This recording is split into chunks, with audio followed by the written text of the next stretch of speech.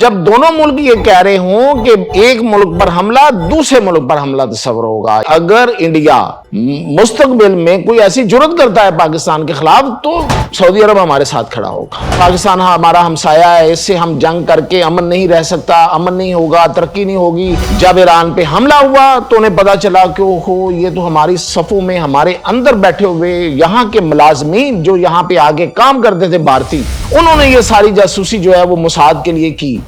JF-17 thunder, JF-17 thunder block 3، J-10C یہ پاکستان میں بن رہے ہیں۔ نوٹ اٹ پلیز، یہ تینوں فائٹر جیٹس پاکستان میں بن رہے ہیں۔ کان جہاز ترکی کا ہے، 5th جنریشن جہاز ہے، اس کی فیکٹری بھی پاکستان میں۔ باگرام والا ایشو ٹرمپ صاحب نے جو شروع کیا تھا وہ بیسیکلی ایک فرسٹریشن ہے۔ طالبان مانگ رہے ہیں $1 بلین ماہانہ۔ دنیا جو ہے وہ دن بدن تبدیل ہوتی جا رہی ہے۔ وہ کیسے تبدیل ہو رہی ہے میاں طاہر؟ تو سب سے پہلے تو میں آپ کو بتاؤں، اچھا اب جب بھارتی جو لوبسٹ ہیں، جو امریکہ میں بیٹھے ہوئے ہیں، جو اسرائیل کے ہیں، جو یورپ میں ہیں، وہ چیخو پکار کر رہے تھے۔ اب جب وہ اتحاد انہوں نے خود دیکھ لیا ہے، پہلے تو ان کو بڑے شک و شبہات تھے، پتہ نہیں یہ اتحاد ہے، مختلف نام دے رہے تھے، یہ ایگریمنٹ ہے، it's not a treaty, okay. تو اب وہ جب یہ پتہ چلنا شروع ہوا کہ نہیں یہ ٹریٹی ہونے جا رہی ہے، اور ایگریمنٹ بھی کیا چھوٹی بات ہے، اور جب دونوں ملک یہ کہہ رہے ہوں کہ ایک ملک پر حملہ دوسرے ملک پر حملہ تصور ہوگا، یعنی کہ اگر انڈیا مستقبل میں کوئی ایسی جرات کرتا ہے پاکستان کے خلاف تو سعودی عرب ہمارے ساتھ کھڑا ہوگا۔ تو اب انہوں نے جب اینالائز کیا ہے، تھوڑا ٹھنڈا ہو کے سوچا ہے، تو اب بھارت میں صورتحال بالکل بدل گئی ہے۔ اب وہ کیا کہہ رہے ہیں؟ وہ کہہ رہے ہیں کہ دیکھیں پاکستان کے ساتھ اب ہمیں معاملات صحیح کرنے چاہیے۔ اب یہ وہاں پہ یہ جو بات ہے یہ شروع ہو گئی ہے۔ ان کے لوگ جو ہیں اب وہ ان کو سمجھانا شروع کر دیا انہوں نے کہ پاکستان ہمارا ہمسایہ ہے، اس سے ہم جنگ کر کے امن نہیں رہ سکتا، امن نہیں ہوگا، ترقی نہیں ہوگی تو اتنا بڑا بھارت کیسے جیے گا اور کیسے آگے بڑھے گا۔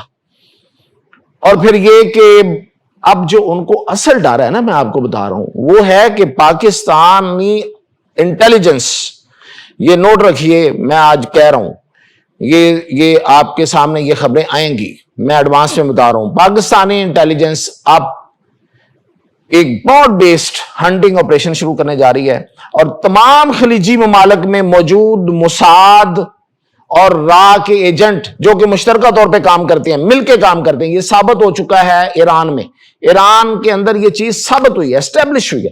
پاکستان یہ پہلے سے کہہ رہا تھا اور ایران کو بھی کہہ رہا تھا، بار بار کہہ رہا تھا کہ بھائی آپ کے خلاف اگر سازش کامیاب ہوئی تو وہ موساد کو سب سے اہم آپ کی اطلاعات دینے والے جو ہیں وہ بھارتی ہوں گے، ان سے بچیں۔ ایران نے اس وقت نہیں سنی۔ جب ایران پہ حملہ ہوا تو انہیں پتا چلا کہ اوہو یہ تو ہماری صفوں میں ہمارے اندر بیٹھے ہوئے یہاں کے ملازمین جو یہاں پہ آگے کام کرتے تھے بھارتی، انہوں نے یہ ساری جاسوسی جو ہے وہ موساد کے لیے کی، اور موساد کو ایک ایک جگہ کی جو ہے وہ لوکیشن کا اور ہر چیز کا پتا تھا، اور خاص طور پہ ان کے ٹیلی کمیونیکیشن میں یہ لوگ بیٹھے ہوئے تھے کمپنیوں میں۔ تو یہ آپ کو پتا ہے کہ کس حد تک پوری خلیجی ممالک میں انڈین بیٹھے ہوئے ہیں، اور کس اندر تک وہ داخل ہے ان کے محکموں میں اور ان کی ہر جگہ پہ۔ تو اس وجہ سے اب ان سب کے کان کھڑے ہوئے، اور میں نے آپ کو بتایا یہ بات جو ہے یہ اس کا بھی ثبوت آ چکا ہے سامنے کہ قطر میں کس جگہ پہ یہ جو حماس کے لوگ بیٹھے ہوئے ہیں اس کی مخبری بھی انڈینز نے دی تھی جو کہ قطر کے اندر ہے۔ تو یہ سارے ثبوت مل گئے۔ ظاہر ہے اتنی بڑی لیول پہ اور ان ملکوں میں جو کہ ایک پتہ تک نہیں ہلنے دیتے اپنی مرضی کے خلاف، یہ قطر یا UAE یا سعودی عربیہ، ان کی تو حکومتیں ہی اسی سختی کی وجہ سے قائم ہیں۔ تو وہاں پہ اگر یہ لوگ بیٹھے ہوئے ہیں اور یہ جاسوس ہیں اور یہ را کے جاسوس ہیں اور اس کے بعد یہ موساد کے جاسوس ہیں، تو یہ تو بڑی خطرناک بات ہے، ان کی ہنٹنگ ہوگی۔ یہ میری بات لکھ لیجئے اور آپ کو یہ خبریں ملنا شروع ہو جائیں گی۔ اب افغانستان جو ہے اس کی طرف آتے ہیں۔ افغانستان نے اب باتیں کرنا شروع کر دی ہیں کہ جی ہم تو امن سے رہنا چاہتے ہیں. ان کے کبھی یہ آپ فوٹو بھی دیکھ رہے ہوں گے, ایک انٹرویو آیا ان کے ایک ترجمان کا کہ پاکستان کے عوام کے نام اس نے پیغام دیا ہے, اس نے پاکستان حکومت کے نام پیغام دیا ہے کہ ہم تو بات چیت سے مسئلے کو حل کرنا چاہتے ہیں, ہم نہیں چاہتے کوئی سختی کی جائے, ہم نہیں چاہتے کہ کوئی دو طرفہ تعلقات کو خراب کیا جائے. تو یہ تو اب میرا تو خیال یہ ہے, ویسے تو میں ایک امن پسند آدمی ہوں, میں تو نہیں چاہتا کہ ہمسایوں کے ساتھ تعلقات خراب ہوں, اور وہ بھی اس افغانستان کے ساتھ جس کے لیے ہم نے پتہ نہیں کیا کیا قربانیاں دی ہیں. ان قربانیوں کا شمار ہی نہیں ہو سکتا, گنی نہیں جا سکتی. تو اس افغانستان کے خلاف ہم تو نہیں چاہیں گے, لیکن وہ چونکہ سیدھے ہونے والے نہیں ہیں تو اس لیے فیصلہ کیا گیا ہے کہ اب رستے میں کوئی بھی آئے, ٹی ٹی پی ہو یا ٹی ٹی اے ہو, کسی کو نہیں چھوڑا جائے گا. اور اب رستے صاف کیے جائیں گے, واخان کی پٹی کا اعلان کر دیا جائے گا, اور واخان کے رستہ جو ہے وہ چائنا, پاکستان اور تاجکستان مل کے اس روٹ کو ڈیولپ کریں گے اور اس کو آگے لے کے جائیں گے. اب میں آپ کو بتاتا ہوں کہ پاکستان اس کے ساتھ ساتھ اسلحہ بنانے کی, اسلحہ سازی کی ایک بڑی صنعت بننے والی ہے. اور اس کے لیے آپ کو پتا ہے کہ JF-17 تھنڈر بلاک 3, J-10C یہ پاکستان میں بن رہے ہیں. نوٹ اٹ پلیز, یہ تینوں فائٹر جیٹس پاکستان میں بن رہے ہیں. اور JF-17 تھنڈر کی جو طاقت ہے اس نے اپنی طاقت کو منوایا ہے کیسے, کہ یہاں سے فلائی کیا ہے اور برطانیہ تک گیا ہے فائٹر جیٹ, یعنی کہ ایک پوری دنیا تک اس نے مار کر لیا. اب یہاں سے آپ دیکھیں کہ جب وہ برطانیہ گیا ہے, اس کو گول چکر میں پوری دنیا پہ پھیلائیں تو کتنا بڑی دنیا جو ہے وہ F-17 تھنڈر کی مار میں ہے.